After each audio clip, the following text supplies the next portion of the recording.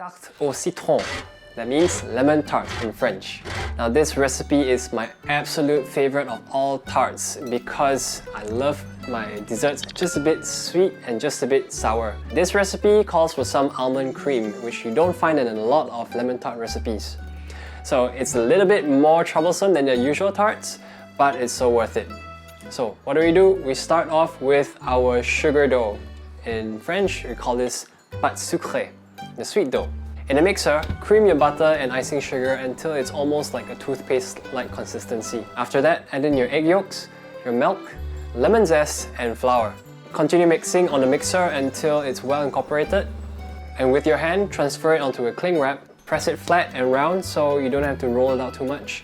Keep it in the fridge until you're ready to use. For the almond cream, you have equal parts of almond powder, icing sugar, and butter. 10% of that is flour. 1 egg.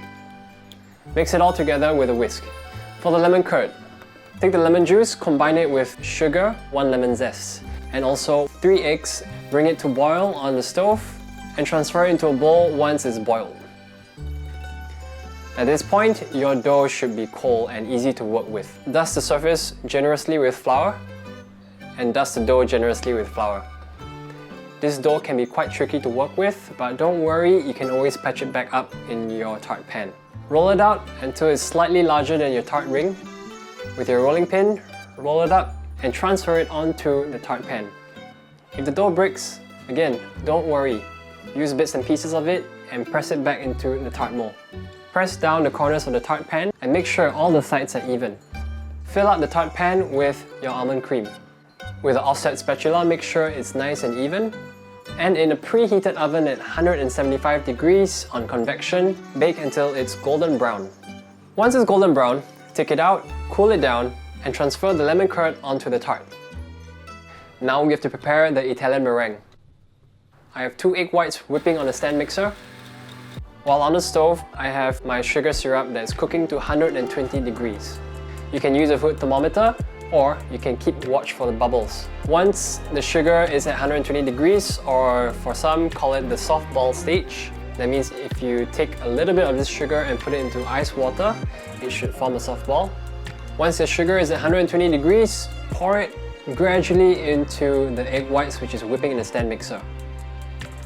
Do not overcook the sugar syrup because you're going to break your meringue. It's going to be grainy and it's not going to be pipeable. If your sugar syrup is undercooked, your meringue is not going to hold its shape and it's going to bleed, and you get a soupy tart.